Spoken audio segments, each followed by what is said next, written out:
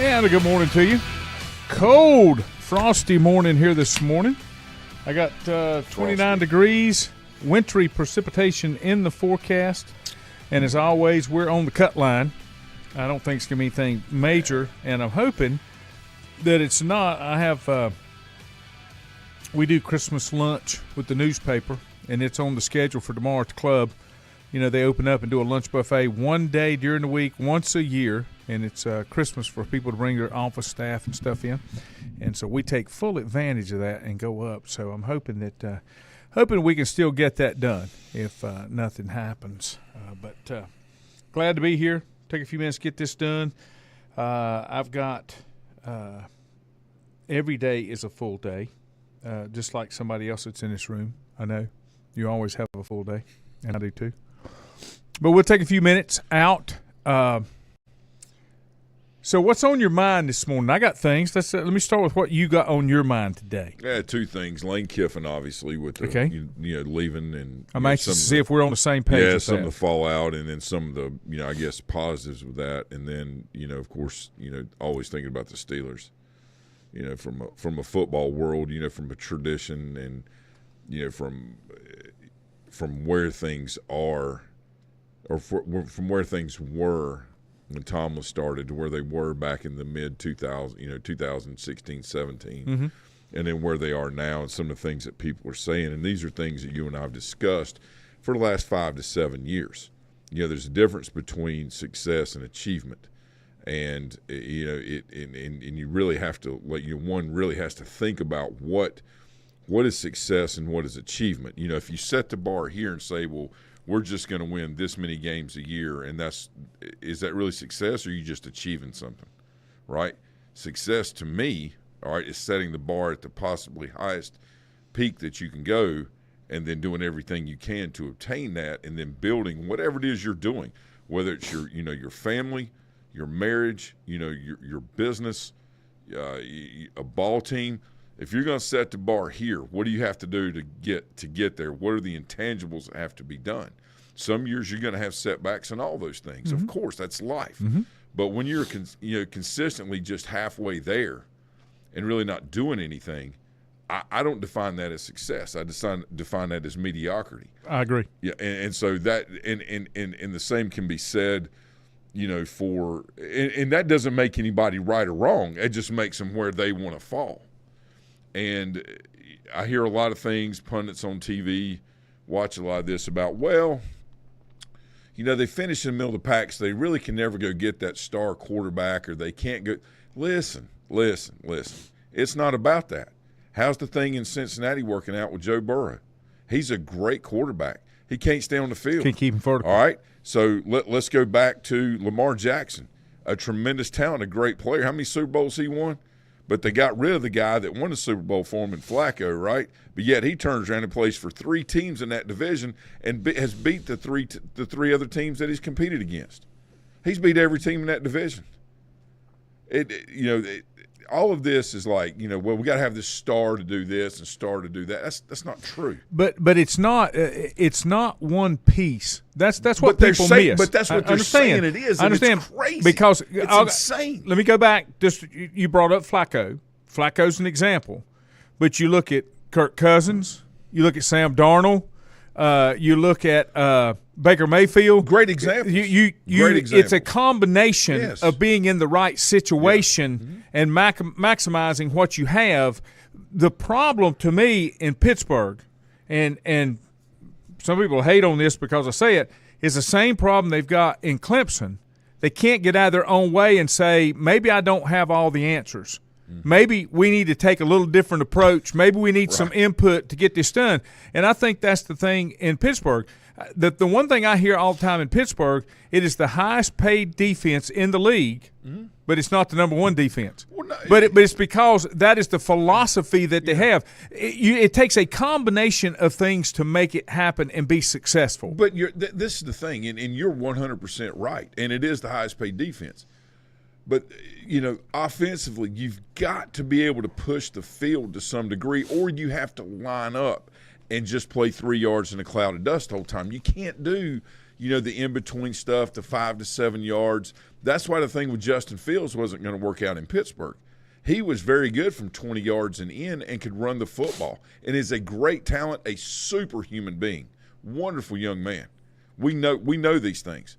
But you've got to be able to stretch the field, all right, and your defense has got to be a complement to your offense, not vice versa. Okay, it has to be in a game where the rules are skewed right to the offense. All right, and now the kicking game to some degree, it has to be skewed that way. And with them being on the field so much, because the defenses that Pittsburgh is going against, or even other teams, they can't stretch the field because they don't have that dynamic receiver. I mean, there's a yin and yang here. I'm surprised. Metcalf is fantastic. I have no problem with him. I don't have any problem with any of the players. It's just we don't have that stretch the field guy like a Pickens. And, hey, I have no problem with them getting rid of him either. If he's causing problems, you got to do what you got to do, right? The thing that I guess the thing that bothers me the most, and here again I'm going to draw the correlation back to Clemson, neither one of those, to me, feel like they have a plan. This is what we've always done. Well, that's the plan. And this is what we've always done, and we're going to make this work.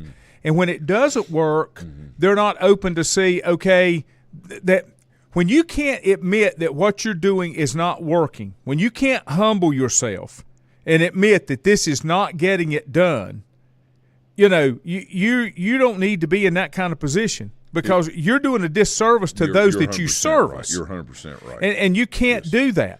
I don't care what level it is. Look at Ole Miss. You talking about one at a time picking off schools and disenfranchising the fans. They are 11-1 and have had an opportunity to win a national championship. Now, would they? Well, there's statistics one way or the other, but the bottom line in life is when you perform something, it's a 50% chance because you either do or you don't. I don't care what the statistics behind it say. When you get in those one-on-one situations, when you play a game, the statistics may be stacked against you, but it's still 50-50 because you're either going to win or you're going to lose. The problem with this is, and what's going to start happening, and they got to fix this in a hurry, people are going, and I'm talking about one at a time, these larger schools. Imagine if you're a booster and you paid all this NIL money to get a national championship, and then the coach is allowed to walk. This is the Wild Wild West being disguised by hype and excitement and commercials. It's the old gladiator thing. But here's the thing. Doing out there, so we're not paying attention to the man behind the curtain. The fix to this is something that you and I don't really like, okay?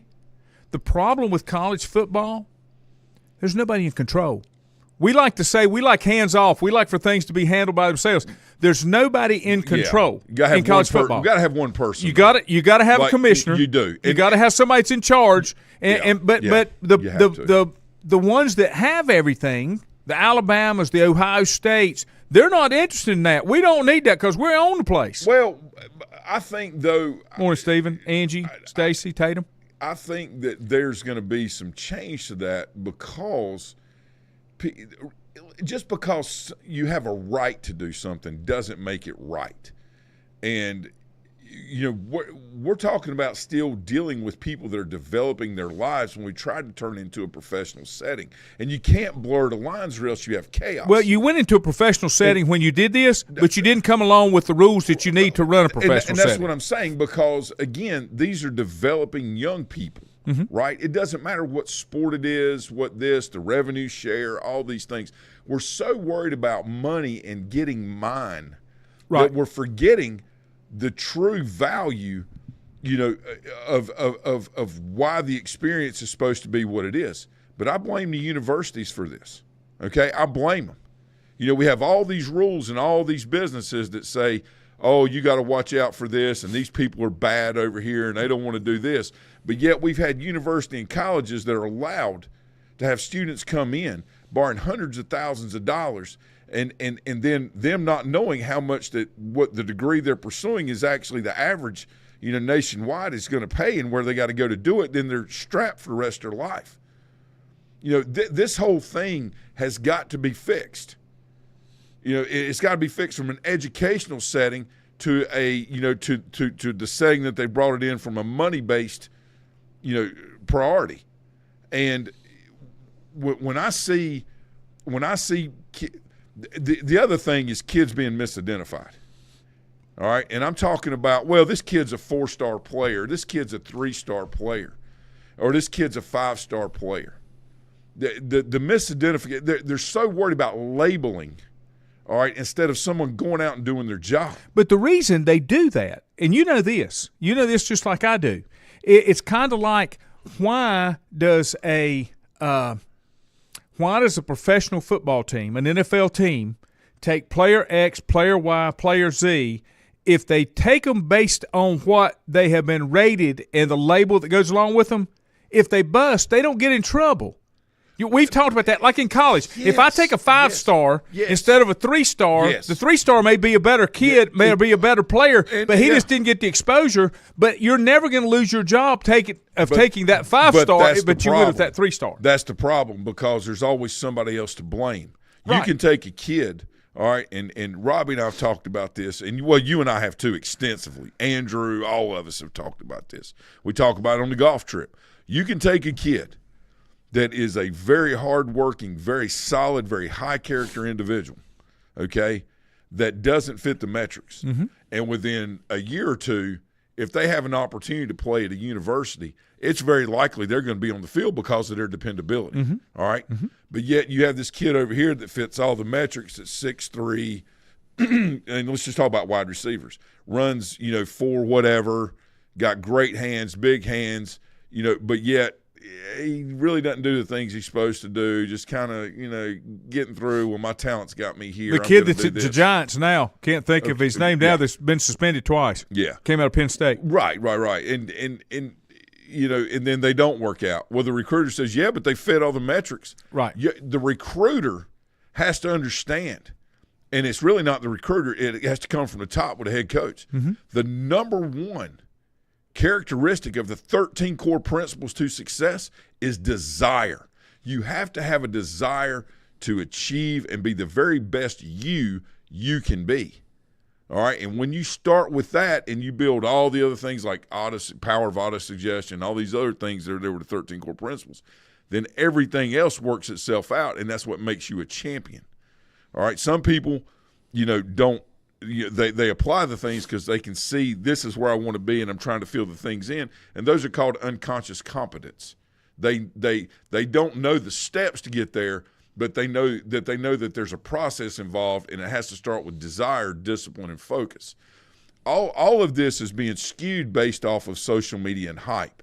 Like I see things on, well, so-and-so's done this, so-and-so's caught this many balls, so-and-so has this many tackles, doing all that's fine and dandy, but it's like you said, it's just a piece of the puzzle. Right. All right. And I heard one kid one time years ago when I was just helping out at a place, really kind of hands off, but helping out. Well, I did everything I could do tonight. Well, okay, like you don't get an award for that. You're supposed to do that. That's the norm. Like, you didn't do anything exceptional. That's what you're supposed to do. What do you want me to do? Tell me what you did. Tell me what you did above that. Yeah, if I would ever heard one of my teammates say that, I'd slap a taste out of their mouth. Now, not being a coach and a kid, but I'm talking about when I was competing. Somebody said, well, I did all I could do tonight. Well, that might be true, but you know what? We didn't win. Right. Or we failed because of this. Right. And when I say I'm talking about just being angry about it. I'm not really – well, anyway. But all this thing, Lane Kill, let's go to that. Hang on one second. Gay, good morning. Terry, good morning. Joe, good morning. Lindsay, good morning. Lindsay said the student athlete has long departed. Yep. That goes back. I'll tell you, sis. Hey, Lindsay. That was different. That was not that unusual when in my day, almost 50 years ago. And Joe said, this is what you were talking about. You can't teach want to. Oh, desire. Yeah, you cannot teach desire. Who said that? Joe Hughes, that's the guest on your set. Yeah. All right, now give me Lane Kiffin. Let's see if we're the same on that. Lanny, in the rules that are there today, he had every right and every opportunity to seek other things because of the way things are. But again, the way I feel about that and looking at it from a holistic standpoint, just because you have a right to do something doesn't make it right. And I'm heartbroken. for I feel for the kids. Well, I do. Now, look, these are first world problems. Like nobody Yeah. in this situation starving or not have. But again, it's like we talk about with the Panthers. When the Panthers are winning, all right, the food tastes better around the area. Mm-hmm. All right, more people are active and employed because they're selling more things and it's providing more opportunity. Mm-hmm. Well, the same thing is this with Ole Miss. It trickles down all the way in the community, and who it affects most initially. And what we talk about are the people in the locker room. But it goes so much deeper than that. Ole Miss has done something they've never done before. Well, let me ask you this, because this is, I watch Dan Patrick and Calherd every day. Yeah. Now, Calherd has said some things that sometimes I don't agree with a lot of things he says, but some of the things he has said are just dead on. Megan, Christy, good morning. Look at where Ole Miss was. Look at what they've been their entire life, okay, as a program. Right. And they said, this is what he said. He said, this is what happens when you're not the person that should be dating the supermodel, but you wind up dating the supermodel. Eventually, she's going to break your heart because you don't measure up to her standards, okay? And Lane Kiffin. Lane looked at it, I can't win a national championship here. Now, but I know that he can. I know that he can. But what I'm saying is, Ole Miss. If you were Ole Miss and when he came on board, I don't know how long he's been there. 6 years, I think. 5 or 6 years. Okay, if they had come and said, okay, here's the deal. We're going to bring in Lane Kiffin. You know the baggage. You know what he does. But here's where he's going to take you. He's going to take you somewhere you've never been before, and then he's going to drop you like a hot potato. There's not a soul at Ole Miss. Yeah. That wouldn't have signed up for that in a minute, thinking, okay, they did. Okay, so when he does, we're going to be in a different position where we can go get the next one that will take us to the next level. All right, let's do this. Let's just forget all the emotional side of things that we all feel for the players and the community. Yeah, the Knoxville riots. That's right. When he left. Yeah, Tennessee. right. Oh, yeah, that. Morning, T Wheels. Let's just throw this out. All right, let me see if I can say this right. We're just here amongst friends. I'll come back to it later. Okay. Go ahead. Okay. Sorry. All right. I got to think about how to articulate that. So here's the thing. I think that Ole Miss would have taken it in a heartbeat, and they did. Here's my problem. And, here going back to what I said before, you and I are a little different in that I don't like a lot of controls, but I don't like no bumper rails. You don't like chaos, though. Yeah, we can't. I mean, you got to find that line between the two. I don't want the screws turned down so tight that I can't do anything, but I need some controls to protect those that aren't smart enough to protect themselves. Right. And right now, that's what's happened. Lane Kiffin and college football, they're not smart enough because the ones that are wielding the power, okay, the ones that are wielding the power aren't willing to give up any of their power so that we can be on a level playing field. Yeah. I'm about being on a level playing field because you're talking about a lot of lives here, not just the players, but the people that support, the support staff, all of that. We don't have any guidelines. And, it's like Dabo. He's my favorite guy. We're tight. Not as tight as him and Andrew, but me and Dabo, we tight. Well, I'm going down there today. Dabo refuses, okay, to utilize the rules that have been put in place because he thinks he knows better, okay? I'm the other way. I want to utilize those rules as close to the edge, kind of like when I taught offensive linemen. I didn't teach them how to hold, but I taught them how to hold legally, okay? Mm-hmm. You can't get outside. You got to get inside, get the jersey, get them close to you. They're never going to call it. Was it legal? No. Did I push the edge of the rule? Yeah, that's what everybody does. But that's what you do. The problem now is there is no rules. Mike Bias, good morning. Yeah, and you're right. True. That's the other thing, Mike. Mike says college football timelines have caused this issue, not Lane Kiffin. I can't blame Lane Kiffin for doing what's best for Lane Kiffin. Well, no. All right. So, the other thing, Mike, and we talk about this, the portal thing has got to be changed. Okay, so it's got to be 100%. A calendar. It has to be. It has to be done in the summer. Okay, or it's like I can't remember who said it, but it's like the academic year and the football year for the semester, the semester have to be done by like January 2nd or 3rd. And then you can open things up for a week. January 15th. You know what I'm saying? The problem is spring practice. They're trying to get kids in for spring practice. Well, in my opinion, OTAs. Get rid of spring practice. Have OTAs early in the summer. Yeah. Well, that's when the kids need to be there anyway. Have the portal right before that. Have a 2-week OTA and do that. Yeah, and that's fair because it allows the navigation that's necessary for opportunity, without the causing a detriment of the sport. What's happening is people it's going to start happening, but people are going to start becoming disenfranchised. They're going to get sick of the wow factor and start looking at the consistency factor again. Well, and that goes back to a comment that Lindsey just made. Kiffin is who he is, and there shouldn't be too much surprise. When someone shows you who they are, believe them. And that's what I was saying. Well, that's okay. The supermodel's going to dump you because he's done it over and over and over. Okay, it's the same thing. A leopard doesn't change its spots. No, it's the same thing when you get Urban Meyer. Mm-hmm. You're going to get somebody that's going to come in and they're going to win games, but there's things that that you have to accept. They're going to go with it, and that's just the way it is. It's where things meet on the axis. Yeah. What you're willing to accept for what you're willing to get, okay, in return. It's like, all right, Lane Kiffin, who's a better football coach in the country than he is offensively? Yeah, who's better? Yeah, I mean it's arguable. So one could very easily say Kirby Smart. You could go to, some Clemson faithful say Coach Sweeney. That's no problem. I'm just saying, but it's an arguable point, but it's one that when you look down at it and say, does he build a winning culture? Can he win? The answer is undoubtedly yes. Yes, he can, and that's where the dilemma is right now. He's in demand. If it wasn't LSU, it'd be somebody else. It was like, let's say Brian Kelly was, 10-2. Well, the other side of it is you don't blame Lane Kiffin. You blame Florida and LSU for firing their coaches in the middle of the season and then having to go get somebody. It's because there's no rules. Fire your coach, but you can't talk to another. Wild the NFL. West. The NFL, you can't. That's what I'm saying. If they're going to act like the NFL and do the things and pay people and players and this, that, and the other, then you've got to have a set of rules in place. If you're going to, you can't.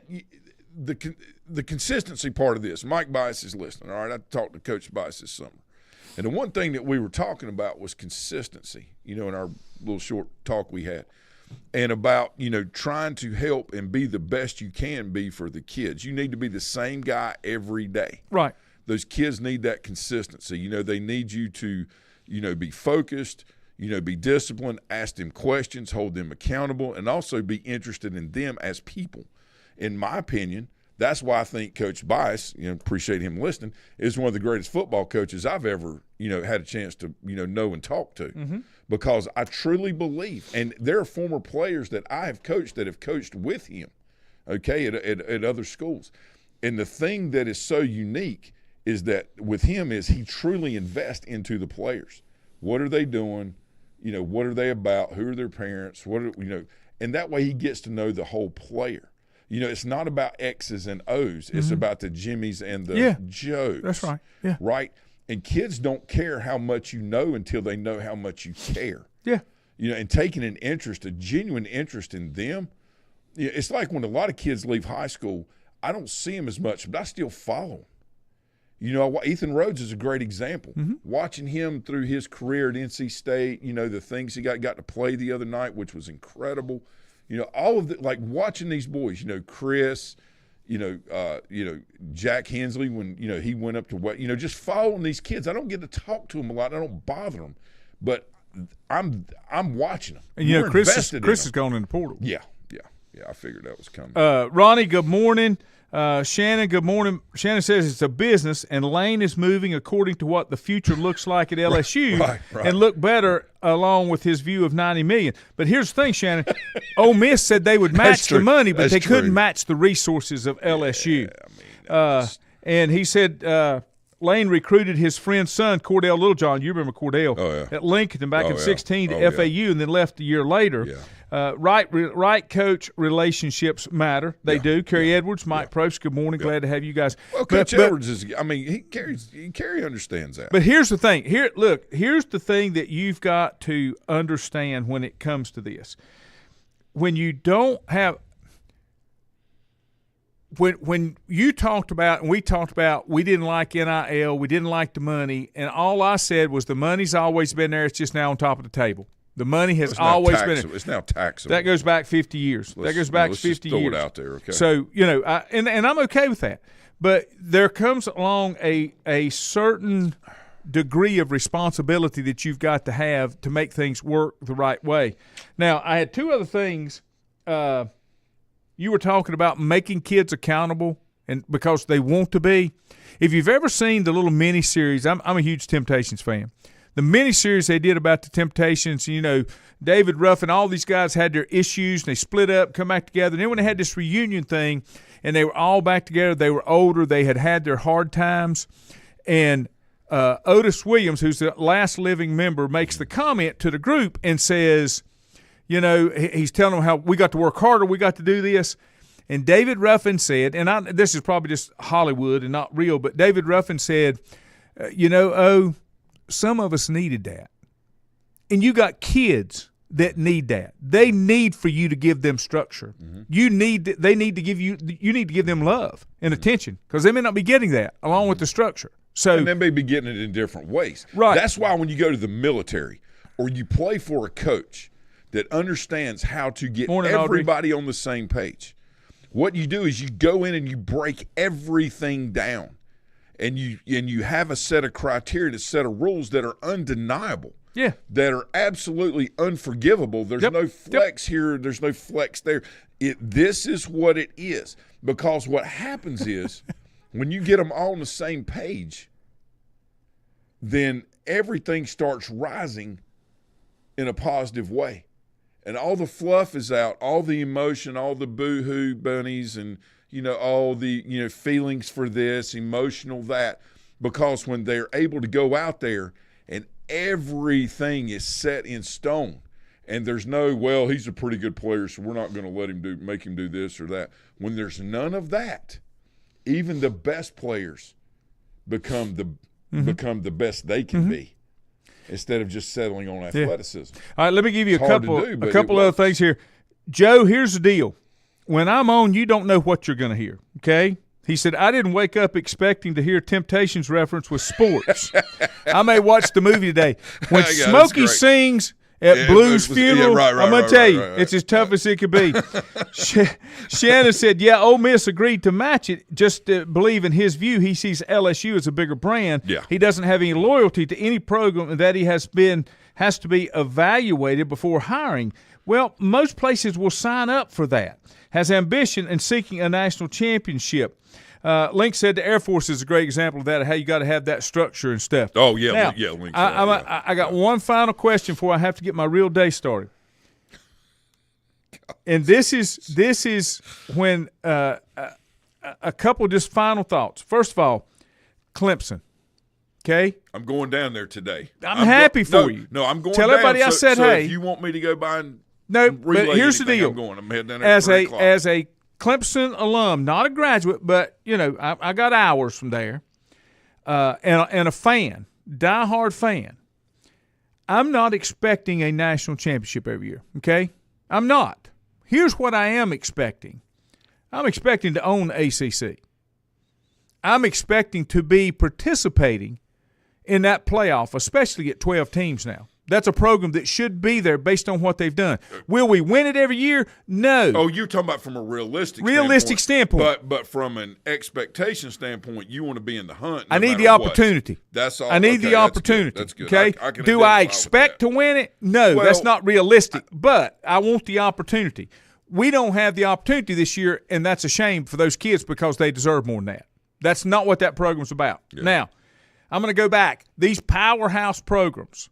Okay, LSU is not a powerhouse program. The comment I saw was the 3 coaches before Brian Kelly won national championships. That's good. And then when they couldn't win another, they sent them on their way. Alabama, look how many coaches they went through. Penn State. I get these pedigrees. I don't care about pedigrees. Show me what you did today. Show me what you did today. Then my final question is, okay, and I don't like this guy, and I don't know why I don't like him. I just don't like him, okay? Ryan Day. My question to you is this. Had Ryan Day not inherited what Urban Meyer built, would we be talking about and putting Ryan Day on the pedestal that he is today? He did not go through the growth cycle that most coaches have to go through to get to that pinnacle. It's hard to say. That's a great question. Because, and I'll give you one. I'll give you an NFL reference. Would Barry Switzer be a Super Bowl winning coach if he had not inherited Jimmy Johnson's team at Dallas? No, not even close. A lot of times it's about situation. Because my question with Ryan Day is, can he leave Ohio State and go build the same program somewhere else? I don't think so. Well, and that's kind of my Morning, point. Barry. That's kind of my point about Lane Kiffin and Kirby Smart. Of course, Saban's retired. Mac Brown's retired. All of the ones that have, and let's just go back to the old school guys. Urban did it. Urban did it. Nick Saban did it. Right. Lane Kiffin's doing it. Right.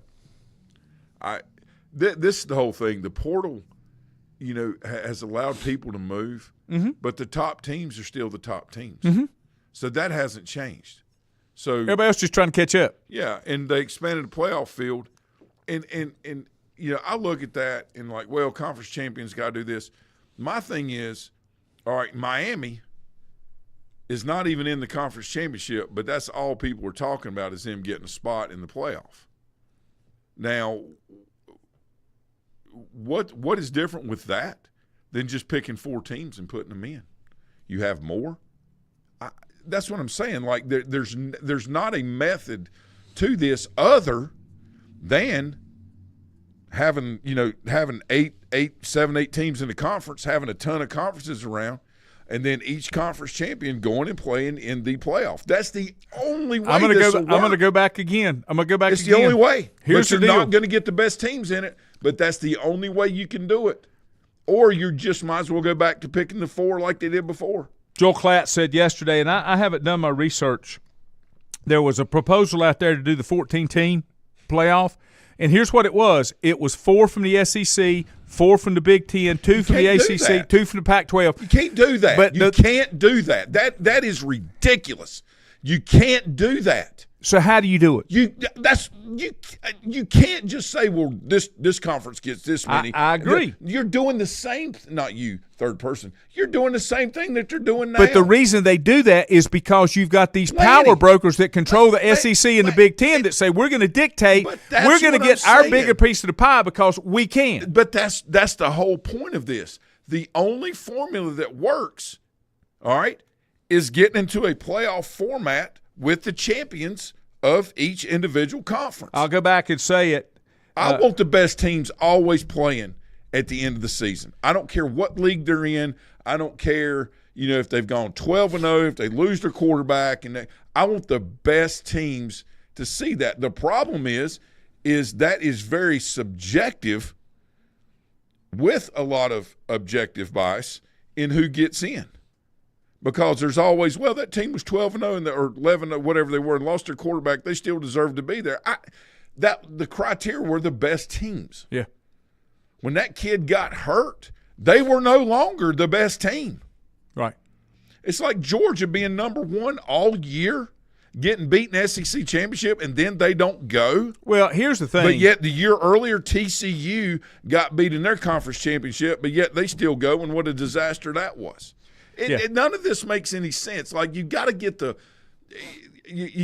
fluff out of it. Mike, and there's no way to do that unless you have somebody that's in charge. Mike says NCAA needs to put them in conferences in their region. Lane just said the portal needs to come with some consequences. Otherwise, it's just like a shopping center and kids just bounce around. She's right. Link said they all want teams to be 500 so they can pick them for the teams for the playoffs. And Lee just said March Madness still allows for the Cinderella. My fix right now is, like Mike said and like you've said, I want a division, whatever you want to call it, we got Division I and all the different stuff. Yeah. I want the top 64 teams in a division, and I want 8 conferences. Right. And but those how do you choose those? That's what I'm saying. What do you mean how you choose them? Like you do in soccer. I'm a huge soccer fan. Do you know that? Me and Andrew, we're huge soccer fans. I did not know that. I'm big about that. What's it called? The Premier League over in Europe. I want it where those 64 teams, if you don't live up to your expectations, they drop you out, and somebody else moves in your spot because they're playing better than you are. Right. So that's not – just because you're one of the top 64 doesn't mean you stay there forever. You have to earn the right to be in that top 64. So it's based on what you did the year before, not what you're doing now. To keep you there. Wow. Okay, so yeah. You don't know what you've got till you start playing. That's the whole problem is you're basing everything on a year before when you got a portal system that is the way it is, and then you can only anticipate, well, they got this many 5 stars through the portal, so they're going to do that. That's crazy. And Ronnie, you're right. Ronnie says the strength of schedule has to be taken into consideration. The problem is nobody plays a consistent schedule. Yeah, you don't play common opponents. No, I agree with him. I agree. And the flip side of that is Ronnie's right about strength of schedule. The problem is that metrics are running into, and I think metrics a lot of times are an excuse to get away from what the truth is. Whether you win on the field or you lose on the field, right? Well, yeah, but statistically they're this much better. And no.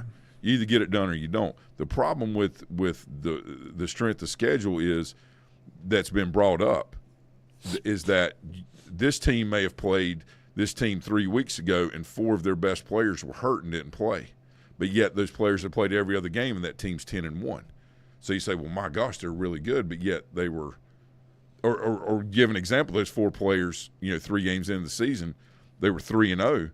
But then all of a sudden those 4 players got hurt and they didn't play for 6 weeks, and now they're back and everything's great again. And so it kind of skews that. There's no perfect system in this. That's why it has to be settled on the field. Well, this is what I go back when I say these 64 teams, and I'm not just picking a number. You can't find 64 teams that can compete for a national championship today. We're trying after you get below about 10. We're trying to. Now this year, this field of 12. Other than Ohio State, about the rest of them can beat each other. But do we really know that they are the best team? No, but here's what I'm saying. If you had this 64-team division, okay, 8 teams to a conference. Yes. They play 7 conference games. That leaves you 4 non-conference games. Right. You can still play your rivals or people, whoever you want to. But here's the deal. Those 4 games, I don't care who you play because they don't matter. They don't count.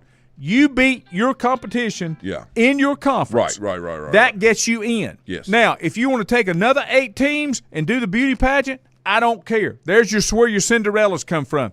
But those 8 teams probably can't compete with the top 8 teams. So the way to fix that. But you have earned the right. Yes. Because everybody played everybody. Field. You can't have a conference with 18 teams in it and tell me you've got a conference champion because you didn't play every team in the conference. All right, so this is the way you do this. You have your conference champions, all right, and then you have the number 2.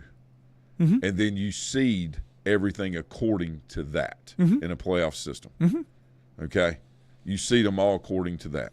And that way you've got the top 2 finishers, all right, and it still allows for that team that maybe had a kid or 1 or 2 players that were hurt or just had a bad game to still have your best teams, in theory, that have duked it out on the field there to compete, right? I don't think, you need to get down into 3, 4, and 5, and 6 teams.